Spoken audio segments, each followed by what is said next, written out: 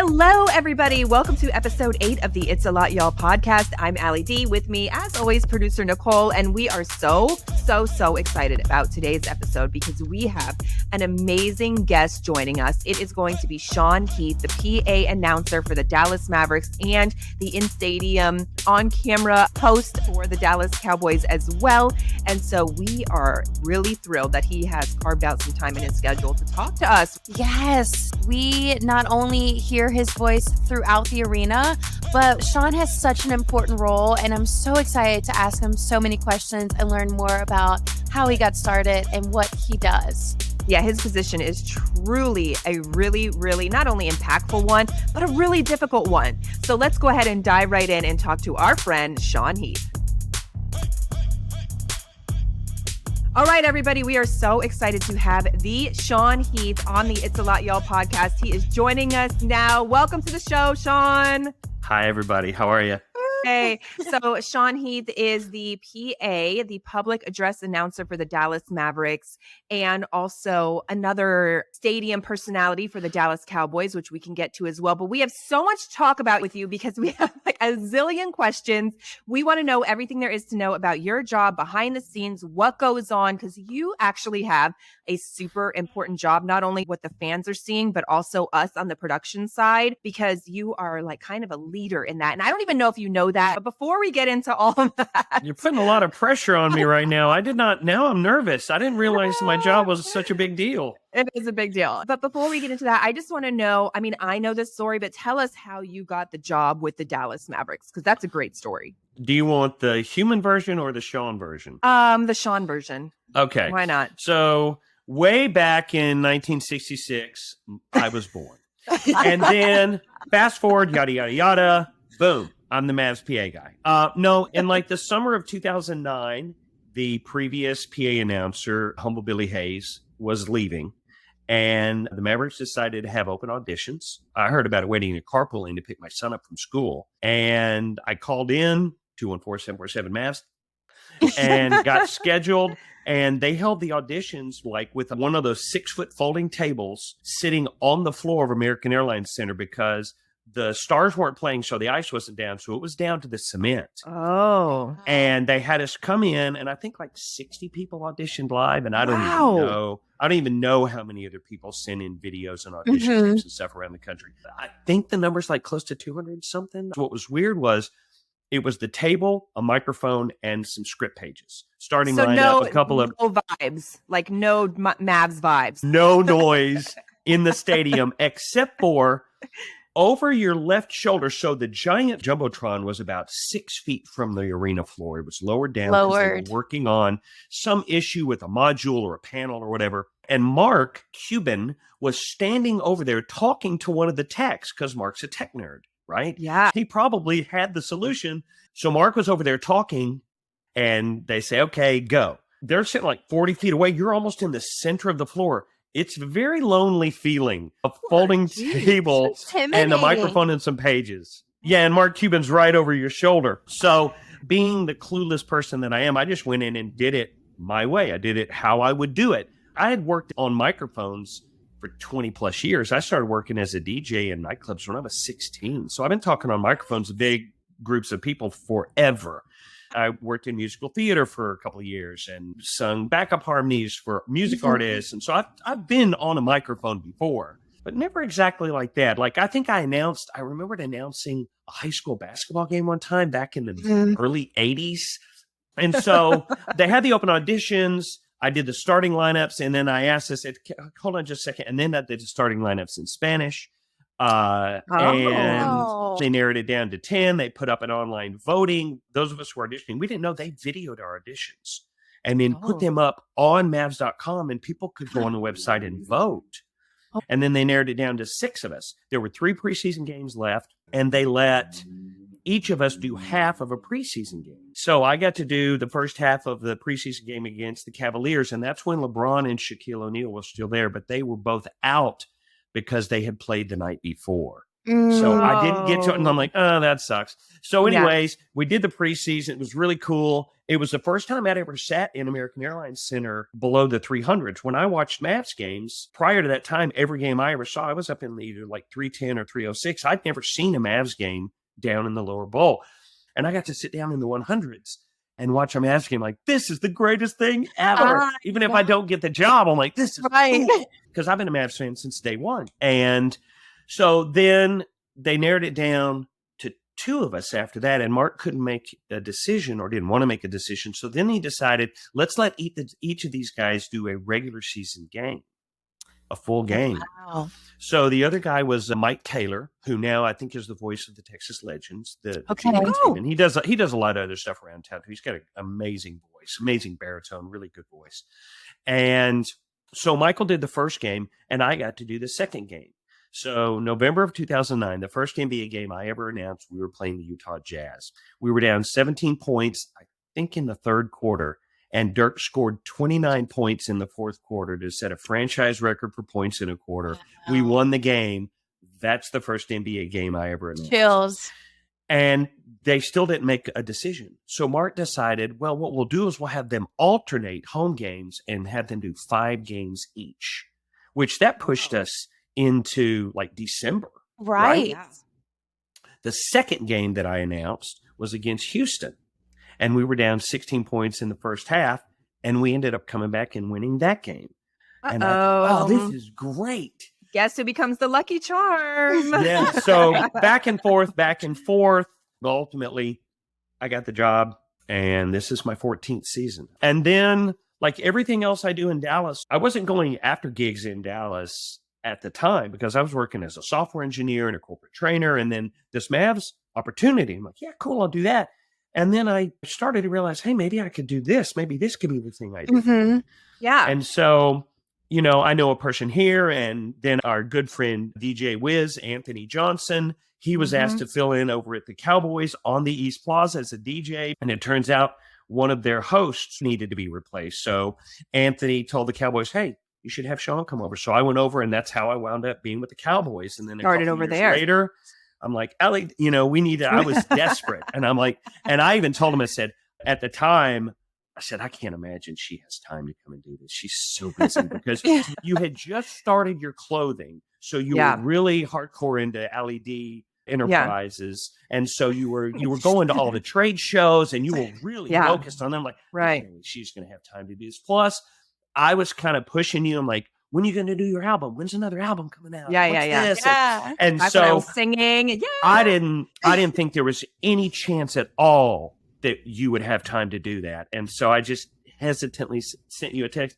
Hey, any chance you might be interested on doing this thing, please? Yeah. And she said yes. And then I got to hang out with the great Allie D for a couple seasons. It was a good time. And here we are. Here we Right. are, like full circle now. Nicole's part of the. Funny. I know. I Isn't know. it funny how it So all crazy. like works out with just networking and people knowing each other and kind of bringing everyone on, you know? Yeah, it's It's neat. amazing. We meet so many great people at all the events we work. It really is awesome. And Sean is so friendly. You just love to talk to all the fans and get to know them. And that's a huge part of the whole thing too, is just treating all the fans. This is a huge experience for them. And so it's important for everybody on the entertainment side to always understand that. And anytime we have an interaction with them, like this could be one of their best memories. And so you Yes. are very good at also perpetuating that thought. But I do want to go back to you working the mic as the PA for the Mavericks for a little bit more, because if the only basketball PA you had done was in high school one time, how the heck did you know what you were doing when you went into that first game?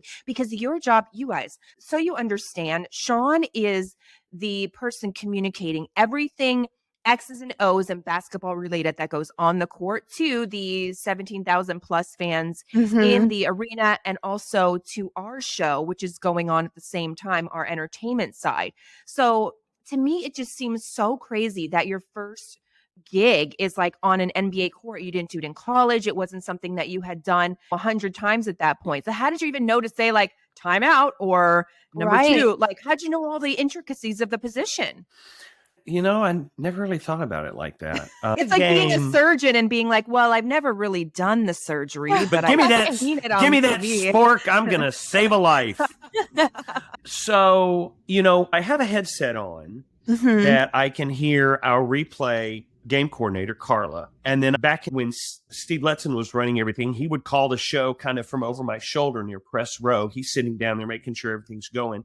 Now we have Jacob who does that and does a spectacular job. And then we have Jonathan Cornucopia, his nickname. We're trying to make it stick. So we have Jonathan who literally is calling the whole show, and he decides, hey, this is a hot timeout. And I hear all this chatter of Jonathan talking to the replay room and Carla saying, okay, Sean, go. And so we used to do paper scripts. Now we do I remember. show flow, right? We do a show flow. So I have a tablet in front of me, and it has the script on there of what the read is for the promo, the timeout, the ad, the PSA, whatever that is. But a lot of times it's just go. Mhm. You know the sandbox theory. A lot of people don't know it by that, but it's very simple. Tell me the boundaries. Who's the sponsor? Right. How long do I have? What do you want me to accomplish? If you give me those parameters, I don't need a script because I'm going to ad lib and tweak and edit the script on the fly. And I think everybody does that. It's not something special or unique, I don't think. I'm very comfortable doing it. And so if I know who the sponsor is, I know who the contestants are, I know what the contest is, I can just mix it up and goof around. It helps that when I'm throwing to contests, that I'm throwing to somebody who's one of my best friends in Allie D. Because I can throw something and Allie listens to what I throw to her, and then she plays off of that. So, and Chris Arnold does that too. I can say something like, all right, you know who loves Whataburger flying fries? Allie D. Both the fries and the game. What's going on, Allie D? And she will pick up. I gave her a lead in, and she just knocks it out of the park. And so while I get to do the setups for a lot of things like that, when it's just me doing something like, I don't know, the starting lineups or, dance cam, I get the starting cue from Carla, go. And she syncs that up with Jonathan, who is syncing up with DJ Shippy playing the music, and they hit the music. So I really have 3 jobs. Yeah, I was just sitting here job. thinking, like what you're explaining, like you have multiple jobs in your one job. So yeah, when I was asking my question, I forgot the whole side of not only are you like controlling the game, but right? The timeouts and all the promotion side and the reads and halftime. And like this guy, when he sits down, guys, he's not getting up to use the bathroom for the whole 3 hours. He can't leave his microphone. Sure. Well, so the 3 things that I do, the 3 things that all P announcers have to do, specifically, I'll relate this to the NBA. So you have to communicate the sponsor information because they paid. So talk about the sponsors and do their promos and their PSAs. Then you have the internal promotions. Mavs Camp, Gym, the Mark Cuban Foundation, the Mavs Foundation. Community, right. Yeah, we have all that internal stuff that's super critical and very important. So you make sure that you get those things in. And then the other thing that I do is strictly administrative, announcing the timeout, who the foul was on, what the foul was, how many free throws are being shot, the plays being reviewed for what. I'm a representative for the Mavs, and I'm the bridge between the Mavs game presentation and the referees. Right. So I have to hear what they say and then communicate that in a non-inciting way. That's not exciting, it's inciting. I cannot urge the crowd to express their dissatisfaction with something that has gone on rule-wise. And so as a Mavs fan, you have to deliver in a neutral tone. Anybody who knows me, neutral is not, I'm not a beige guy. That's not one of my colors, right? I'm a Mavs fan on a microphone at a Mavs game, and that's the truth. As a matter of fact, I've had a referee tell me in the last couple of years, he came up to me after the starting lineups and before I did the hype for the tip, and he said, you're like one of only 2 announcers in the NBA who seem to really enjoy what you do. My job is not to be impartial. I don't see it as such, because if it was to be impartial, anybody would be sitting in that seat. It wouldn't be me. The reason I'm in that seat is, at least I hope it comes across, that I am as crazy a fan about that team as anybody else in that building, regardless of where they're sitting, regardless of who they are, or if they're on the team or not. And so I want them to do well. And people who know me and know my voice can hear when I'm disappointed with the way the score is going, or when I'm very excited with the way the score is going. And I've always felt that in this specific situation in Mavs games, I just happen to have the microphone. I'm the Mavs fan with the microphone. And to be fair, if I wasn't sitting in that seat announcing Mavs games, I'd still be in the building. I'd just be up in the 300s. These are my guys. This is my team. I even say it. I find myself falling into habit the last couple of years of saying right before tip, when I'm doing the little pre-tip hype, this is our house. This is our team. And this is our time. And I really think it's always our time. I always think we're going to win. Even doesn't matter who we're playing. I think, well, we could win this game. So no experience doing NBA games or professional sports for that matter. They give you a script, so that's fine. All I had to do was read, check. I got a headset. Someone's going to tell me when to go, check. Now, the rules of the game and announcing things properly, I picked up from the guys who are sitting on either side of me. Your scores table. There's several people on your team that are helping you with the basketball parts of it. Right immediately to my left was, until this season, Tim. And man, that he knows everything, right? He does SMU sports, SMU basketball. They've done high school football at AT&T Stadium. They're the guys. And that's the scorers table. To my right is Greg, who runs an actual paper book. And he writes down every free throw, every three-pointer, every missed free throw. And then behind us is the stats crew. And they're the ones who determine, was it a block? Was it a steal? Was it a turnover? Was it an assist? Was it an actual rebound? They're the people who are putting that into the system and making sure it goes up on the boards. But they also create the actual box scores. So the little printed box score that shows their stats for every player on both teams, they're the ones who make sure that all the information on there is correct, because they're responsible for documenting the history of that game that took place. So it's kind of cool. I get to sit in with some really talented people. It's so fun to get to work with them. Family. Yeah. It's amazing how being with the Mavs, and me, I've been there 16 seasons, so just a couple more than you, but we truly are, it's a family there. So I know, like, we're all excited to see each other every game. It's like, showing up for a party. It's not like work. It's not like work at all. It's the least work-like job I've ever had. Right. And I love it. As you were talking about stats crew documenting the history of the game and everything that's going on, I want you to tell me, what is one of I know you've had some incredible moments in your position with the Mavs, championship games, Dirks, all the stuff going on. So do you have like a moment that stands out in your career that was one of like the top moments? I know there's probably several, but what's something that jumps into your mind? So for me, the first game I did, because I flew my mom down from Little Rock to see the game. And my daughter was there, Josie. She was there. And it was her first basketball game. So her first basketball game was that game.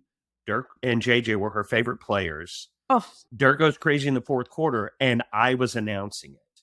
So that was her first NBA game. Amazing. First Mavs game. So that night was pretty cool. Dirk's 30,000 point was cool. That one was a big deal. And because it was in the building just to my right, I got to see it. Yeah, the retirement was super sad, but very awesome. Yeah. I've had some of the moments that I remember the most they're not like momentous, but they're moments that like, I appreciate that, what that means. Maybe not to anybody else, but to me. Right. The other thing is, in my first couple of seasons, I remember we were playing Denver, and Kenyon Martin was still playing for them. Dallas legend, Kenyon Martin. And halftime, the players, when they come out to start the second half, they come out a couple minutes early and they get warmed back up and stuff. And I'm sitting there doing something, and I see this massive human being just kind of lean down and sit on the edge of the padded table right in front of me. And he looks down and he goes, "Hey, man." And I look up, and it's Kenyon Martin. I'm like, "Hey, man." And he goes, "It's Kenyon." I'm like, "Yeah, I know. Kenyon Martin. I know." He goes, "You call me Kenyon the entire first half." And I said, "What? No, I didn't." And the guy working the book was filling out some stuff, and he goes, "Yep." Didn't even look up. He goes, "Yep." Yeah, you did. And because Kenyon's name is spelled Kenyon, Kenyon. I know his name is Kenyon. He's from Dallas. I'm a huge fan of Kenyon Martin. And Kenyon, man, I am so sorry. He's like, nah, man, it's cool. I'm like, oh, okay. Because I really have one job. We've said earlier in this podcast that I have 3 jobs. I really have one.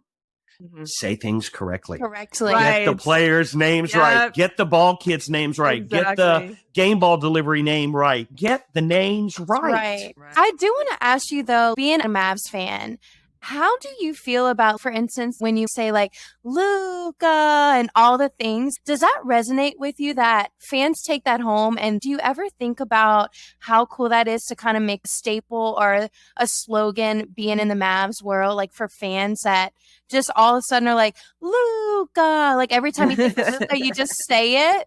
I don't think about it at the time. And to be completely honest, I'm not false modesty. I don't really think that other people think of me that way. I really don't. Yeah. I think they think a Mavs game sounds the way a Mavs game sounds. And, he was there too. I don't think about it that way. But I will say whenever anybody says JJ Barea and they go JJ Barea and they do that, that tickles me a little bit. You're starting traditions, like people, it's a tradition and people know how that's going to get called and know that from going to a Mavs game, you're going to experience that. I feel like you start traditions in a way.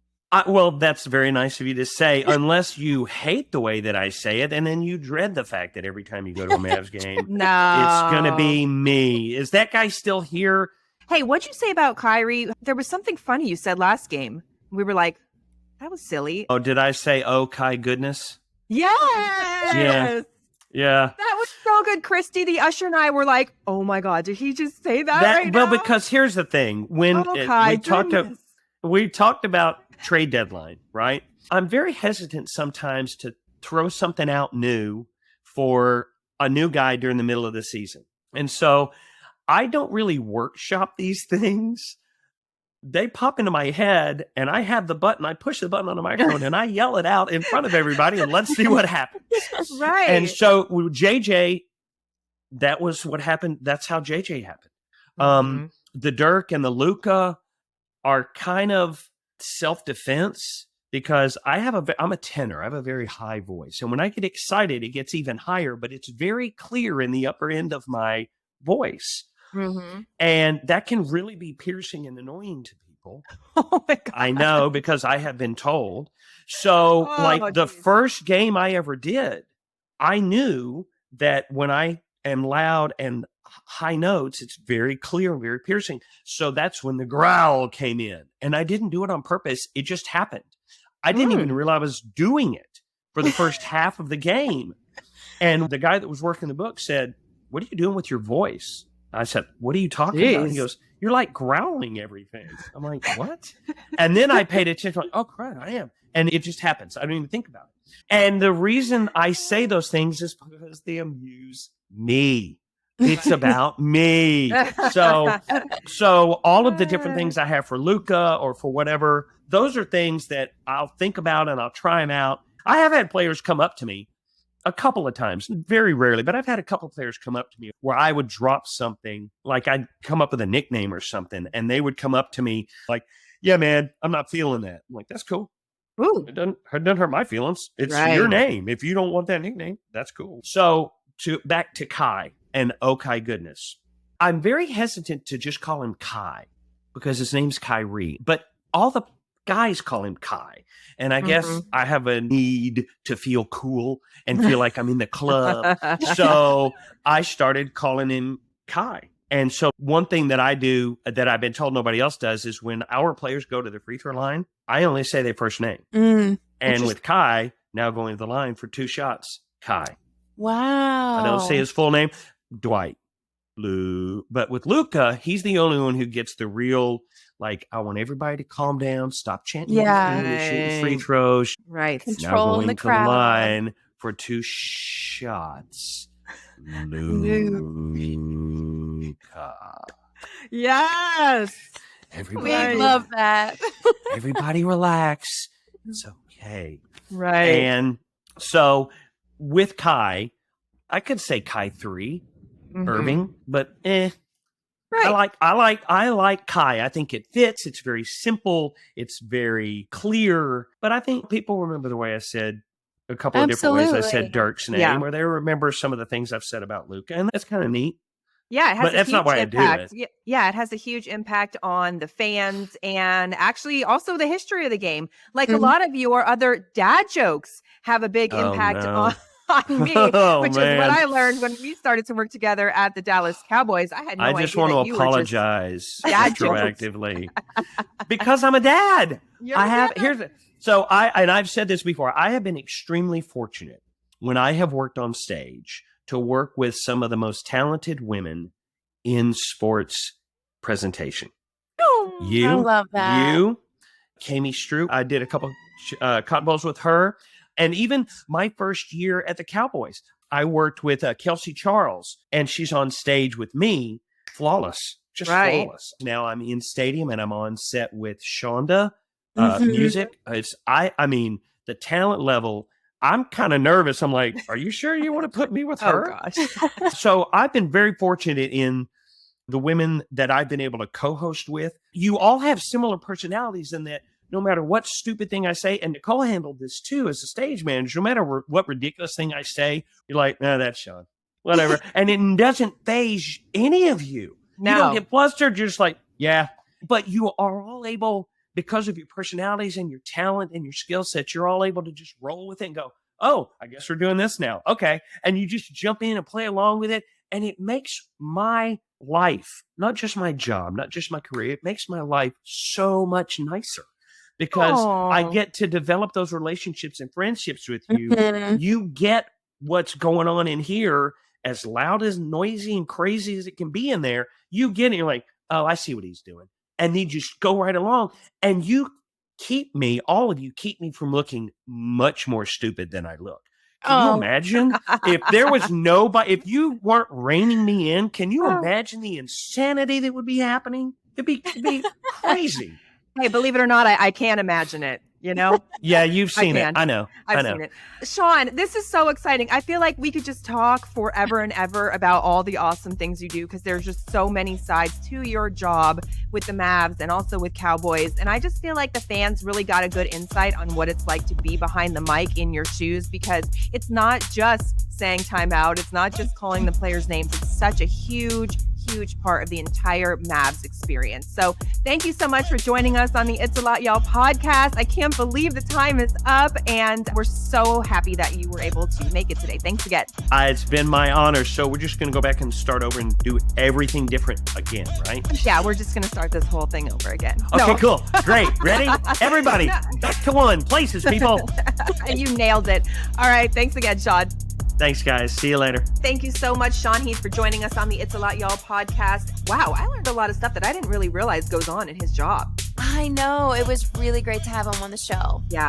All right, guys, don't forget, if you want to reach out to us, you can catch us on all social media platforms at It's a Lot Y'all. If you're listening on Spotify or Apple Podcasts, please be sure you subscribe. We are so grateful that you're on this journey with us. Thanks a lot, and we'll see you next time. Bye-bye.